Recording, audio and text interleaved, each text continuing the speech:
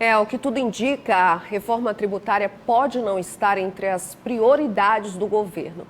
Além da reforma da Previdência, existem outras propostas que podem atropelar essa reforma tributária, como a possibilidade, veja só, ainda a possibilidade do governo federal enviar nos próximos dias uma PEC emergencial, que é um pacote de medidas que prevê a redução de gastos pelos próximos 2 anos, com cortes de 30 bilhões de reais em despesas. Bom, a gente vai seguir acompanhando aí essa situação lá no Senado. E a política continua em pauta aqui no JG. Neste fim de semana era para ter acontecido a eleição para presidente do PT no estado, mas foi cancelada por suspeita de fraude. Nós mostramos isso aqui na sexta-feira. Para falar sobre esses e outros assuntos, eu converso aqui no estúdio com o presidente municipal do PT e vereador por São Luís, Honorado Fernandes. Boa noite, vereador. Bem-vindo aqui ao Jornal da Guará. Boa noite, um prazer estar aqui mais uma vez. Bom, hoje não é quinta-feira, não é dia de TBT, mas eu quero relembrar aqui, fazendo um trocadilho aí, uma brincadeira, sobre a sua reeleição para o Diretório Municipal aqui do PT. A gente pode falar que foi um pouco conturbada, aconteceu em setembro, aí lá ficou definido que o senhor estava reeleito, continuava como presidente municipal do PT. Depois recorreram disso, disseram que houve fraudes, mas aí a Executiva Nacional validou os votos e o senhor continua aí no cargo como o presidente municipal do partido. Já estadual, que estava programado para esse fim de semana, não aconteceu por suspeita de fraude. Como vereador, como presidente do partido aqui em São Luís, do Diretório Municipal, o que está acontecendo com o PT? Eu acho que o PT precisa se reencontrar aqui em São Luís e no estado do Maranhão com a sua história no Brasil. Nós temos o compromisso de fazer um processo que tenha lisura, que garanta a participação popular na escolha de seus dirigentes. Aqui em São Luís o cenário já foi definido pela direção nacional, aliás, foi definido no Brasil todo, tanto é que teve os encontros nos estados. O Maranhão é o único estado que não obedeceu e não realizou esse encontro. Provavelmente nós deveremos ter a vinda de dirigentes nacionais para acompanhar e realizar esse encontro com a escolha do novo presidente do Diretório Estadual.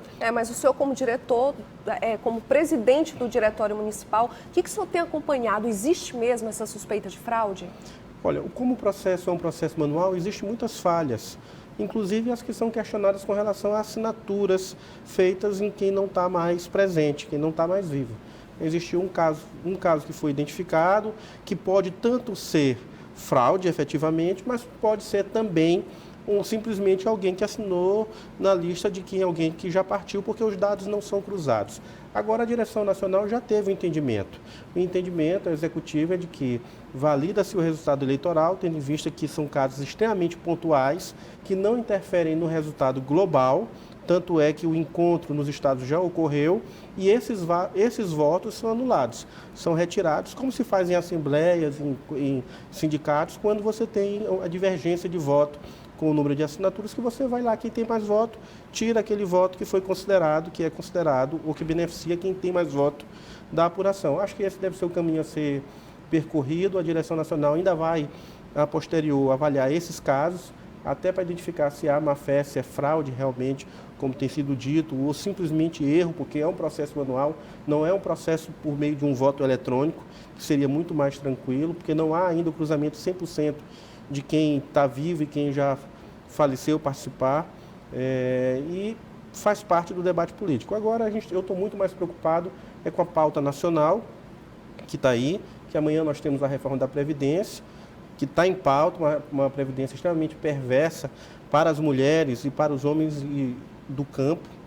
diga-se de passagem, para servidores públicos. Então, essa é uma pauta que a gente tem que estar discutindo também na cidade de São Luís. E agora a minha preocupação é em chamar toda a força política do nosso partido, em dialogar muito, para que nós possamos, num curto espaço de tempo, terminar de elaborar uma proposta e um debate qualificado para a cidade de São Luís. Acho que esse é o grande desafio do momento agora. Vereador, falar em força política e do partido, é verídica a história de que, na época da eleição para o Diretório Municipal, qual o senhor foi reeleito, menos de 5% dos filiados compareceram para a votação? Nós um número bem inferior ao número de filiados do partido. Nós tivemos, ao final, 8.000 filiados habilitados para votarem. E tivemos em torno de 1.530. Não é um número muito pequeno? O que está afastando as pessoas do partido? Primeiro, que não é um voto obrigatório. Segundo, que aqui em São Luís... Mas é de importância, né? Para a eleição do presidente do partido. Mas mesmo assim teve um aumento significativo. Num dia de domingo, num feriado da cidade. Era aniversário de São Luís. 8 de setembro. Além disso, as incertezas dos locais de votação, que foi uma das disputas que teve também, que diminuíram a quantidade de locais de votação, acabou prejudicando a participação desses filiados. E mesmo assim, nós tivemos aí de 8.000 filiados ao todo, em torno de 1.500 filiados presentes, manifestando a sua vontade, o seu desejo de escolher uma nova direção. E diante dessas pedrinhas no meio do caminho aí do PT aqui, eu quero saber, a gente está se aproximando de eleições municipais, ano que vem. Então, a gente já vê alguns partidos definindo aí. Qual a situação do PT aqui em São Luís? Vai ter pré-candidatura à prefeitura? Olha, essas pequenas pedras eu quero aproveitar não para tropeçar, muito menos o meu partido. Eu quero pegar essas pedras e ajudar a construir uma fortaleza que faça a representação que merece o PT a nível nacional, aqui também na cidade de São Luís. Tenho defendido um debate, eu acho que o debate começa ouvindo a cidade na construção de uma proposta, para depois sim poder se apresentar um nome que represente essa proposta do nosso partido. Nosso partido é um partido gigante, que tem uma força política muito grande em termos de conjuntos de partidos, tanto é que é o partido reconhecido, tem uma liderança fortíssima que é o presidente Lula, que está doido para fazer campanha, e o meu desejo e a minha vontade é propagar isso perante os meus companheiros para que a gente faça a disputa majoritária. Mas antes disso, antes de escolher o nome, eu acho que a gente tem que construir essa proposta, consolidar uma proposta que seja no entorno e também no centro do interesse da população. Falar em interesse da população e trazendo o assunto agora aqui para a Câmara Municipal de São Luís, vereador, o senhor se posicionou várias vezes contrário a uma das medidas do plano diretor que trata sobre a redução da zona rural de São Luís. O senhor já se posicionou contrário a isso. Eu quero saber o que efetivamente o senhor fez junto à comunidade da Zona Rural de São Luís. Houve alguma conversa com lideranças sobre esse assunto? Hoje mesmo, para você ter ideia, eu estou vindo agora, fui ao médico rapidinho, vim para cá e antes estava reunido com representantes da sociedade civil, conselheiros da cidade que representam os movimentos sociais, recebido pelo presidente Osmar, pedido nosso, para ouvir o clamor da sociedade. Nós somos totalmente favoráveis à votação do plano diretor, mas um plano diretor que respeite sim o crescimento e o desenvolvimento, a indústria e o comércio, mas um plano diretor que preserve a vida, que preserve o direito daqueles que moram na zona rural. Como é que o senhor vê sendo prejudicial para a comunidade da zona rural de São Luís a redução dessa área? Primeiro que você vai criar um ambiente que não é um ambiente de zona rural. Você vai criar ilhas rurais que estarão cercados de empreendimentos que têm gerado pouco emprego e muita poluição. Depois disso, quando você vira de rural para urbano, você habilita esses imóveis a terem cobrança, por exemplo, de IPTU. A tarifa de energia pode ser diferenciada e nós não preparamos para isso. O que a gente quer, sim, é um plano diretor que garanta o desenvolvimento da cidade, mas naquilo que a cidade tem de potencial, que não polua mais a cidade como tem sido poluído, que gere, sim, emprego e renda, mas que garanta o direito das pessoas que aprenderam a viver do campo, a viver da zona rural, a ter a sua galinha, a ter seu porco, a ter o direito de levar a dignidade morando numa área que é diferente da área do centro urbano. O que eu não desejo é criar empreendimentos, por exemplo, como o do Mato Grosso, que é um empreendimento que está lá, que não tem escola, que não tem posto de saúde, que não tem estrada, e que se pega a população que está nos centros urbanos, nos bairros periféricos, e se encaminha essa população que não tem a vivência da zona rural para morar na zona rural. Então, gera também, de certa forma, um conflito nesse convívio entre urbano e rural.